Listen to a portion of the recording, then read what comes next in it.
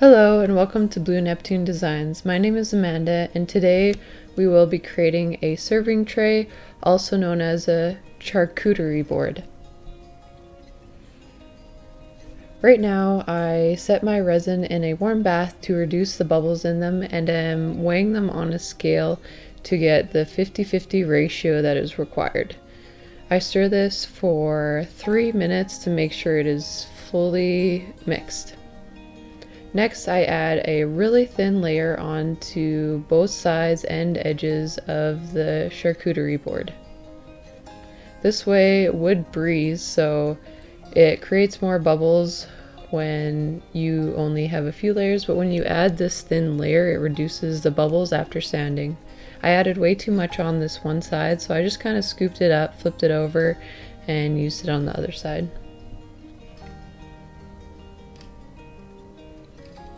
I loved how this resin created the wood to be extra dark and really brought out the tree rings.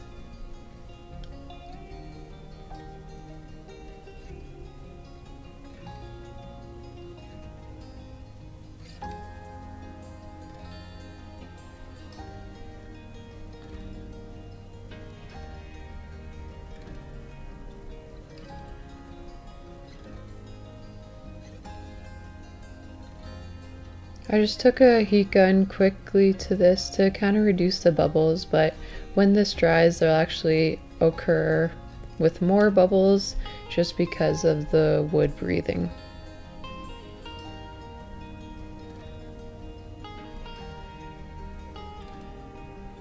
As you can see, when it is cured on the next day, there is those extra bubbles I was talking about, so we will just sand those off and get ready for the next layer.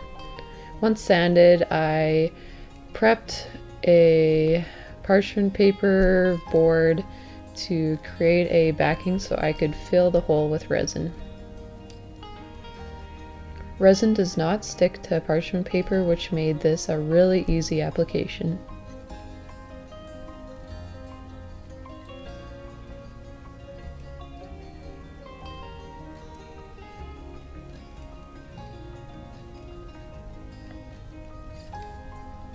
Just in case there was any leakage between the parchment paper and the wood, I did end up taping it all around just to secure it properly. Now attaching this piece of wood just to make sure that the bottom stays flat and that the heavy resin doesn't push the parchment paper down and create a lump, so there is no need for sanding after it's cured.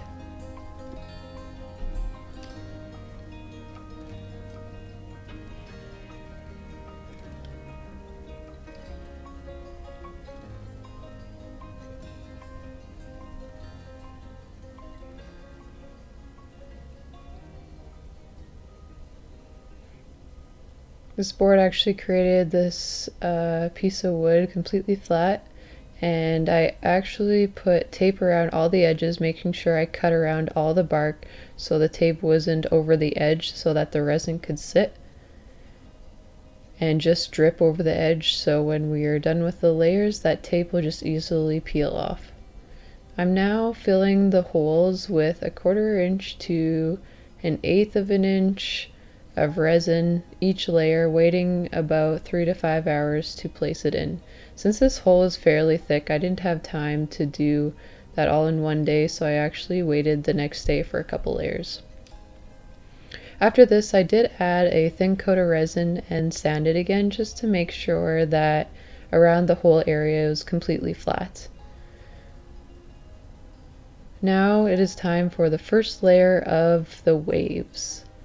I mixed a dark blue and kind of a metallic turquoise, so it gave it some shine.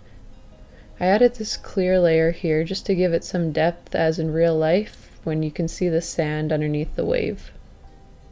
I will do this process 2 more times, doing a little bit of sanding in between each layer to make sure that the layers cure together properly. And that will end up with 3 layers of waves.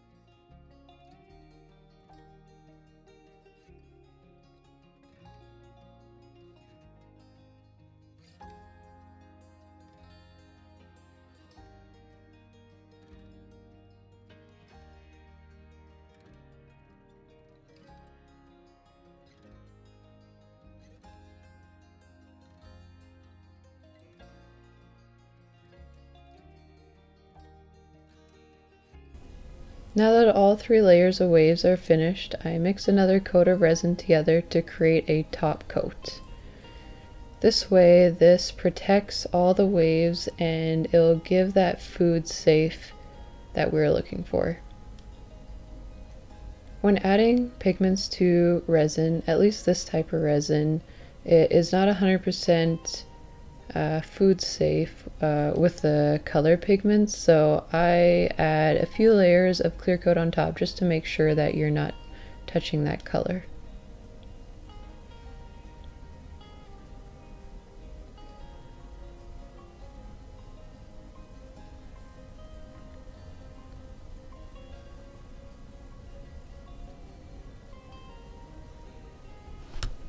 I completely sanded the top and bottom once again. Now we're going to give it its final coats. I retaped the bottom to ensure that the tape doesn't go over the sides for the resin to build up, and did another clear coat as this will be the final top coat. It is so satisfying watching this as you pull over all the colors to bring back that shine.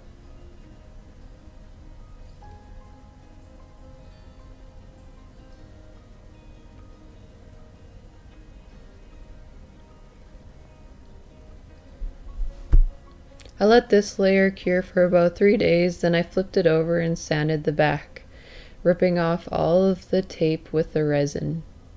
I made sure that this entire surface was flat and no extra resin or tape residue was on here.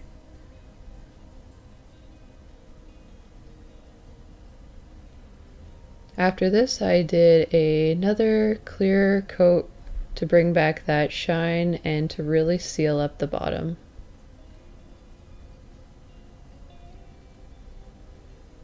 Using this foam brush made it easier to apply a thinner coat instead of using my gloved hand. I noticed that this doesn't allow for any drips to reach onto the finished front side.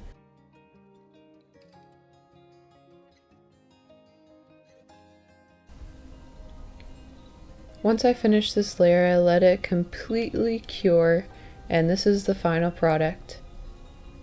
I added a few plastic legs at the bottom just to give it some room for any countertop. And this project did take a lot of time and patience, but I had a blast making it, figuring it out, and I hope you guys enjoyed this video. Hope to see you back again soon.